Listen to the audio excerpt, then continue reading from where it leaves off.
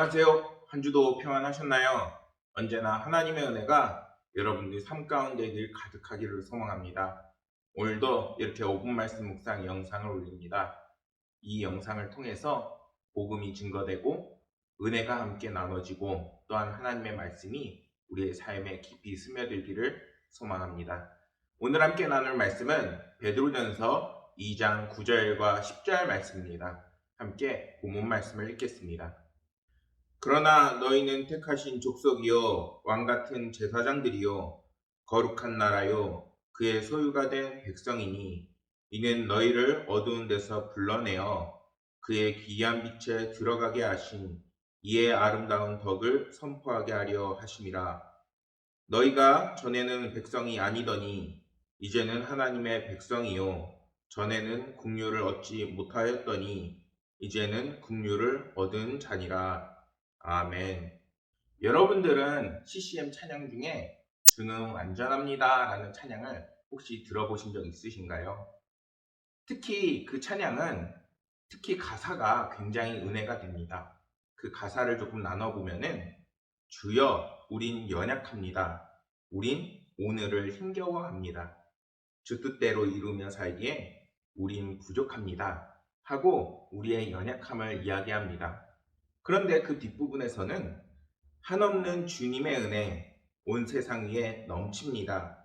가릴 수 없는 주 영광 온 땅 위에 충만합니다. 라고 하나님께서 우리에게 얼마나 놀랍고 크신 은혜로 우리의 연약함을 덮어주시는지를 찬양하고 있습니다.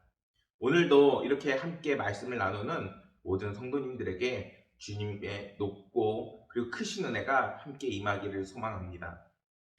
오늘 함께 나누는 말씀에서 예수님을 믿는 그 믿음으로 인해 하나님께서는 우리에게 놀랍고 크게 역사하시는 것을 말씀하고 있습니다. 우리를 향해 택하신 족속이요 왕같은 제사장이요 그리고 거룩한 나라요 그의 소유가 된 백성이라고 하나님께서는 말씀하십니다. 이 말씀은 이제 우리의 신분이 이제는 예수 그리스도를 믿는 그 믿음을 통해 완전히 바뀌었다는 것을 말하고 있는 것입니다. 전에는 심판받을 수밖에 없는 사람이었다면 이제는 예수 그리스도를 믿는 그 믿음으로 인해서 하나님 품 안에 거하는 자녀라는 것이지요. 그런데 우리는 주님을 영접함으로 우리의 정체성이 완전히 변했다는 것을 넘어 더욱더 성숙하고 하나님의 영광을 드러내는 삶을 살아야 하는 것을 오늘 말씀에서 말씀하고 있습니다. 죄인의 모습을 버리고 예수 그리스도의 그 제자가 되어 이제는 주님을 닮아나가고 주님의 그 모습을, 말씀을, 복음을 증거하는 성도들이 되어야 하는 것입니다.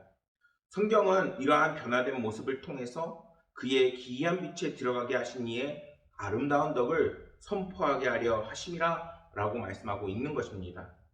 즉 우리를 통해서 주님의 선하심과 은혜가 증거된다는 것이죠.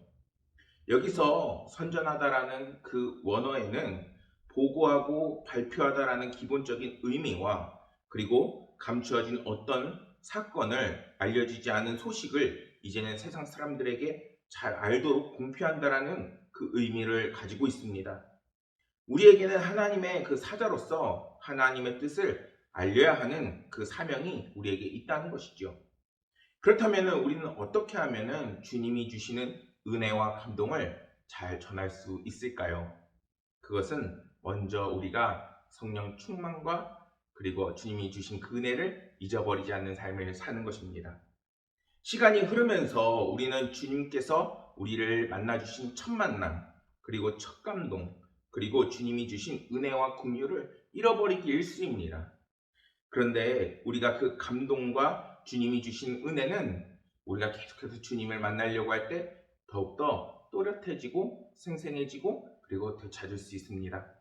오늘 말씀에서 주님께서 우리를 향해 택하신 족속이요 왕같은 제사장이요 거룩한 나라요 그의 소유가 된 백성이라고 그 삼으셨다라고 말씀하는데 우리는 주님이 주신 이 크신 은혜를 먼저 생각해 볼 수 있어야 합니다.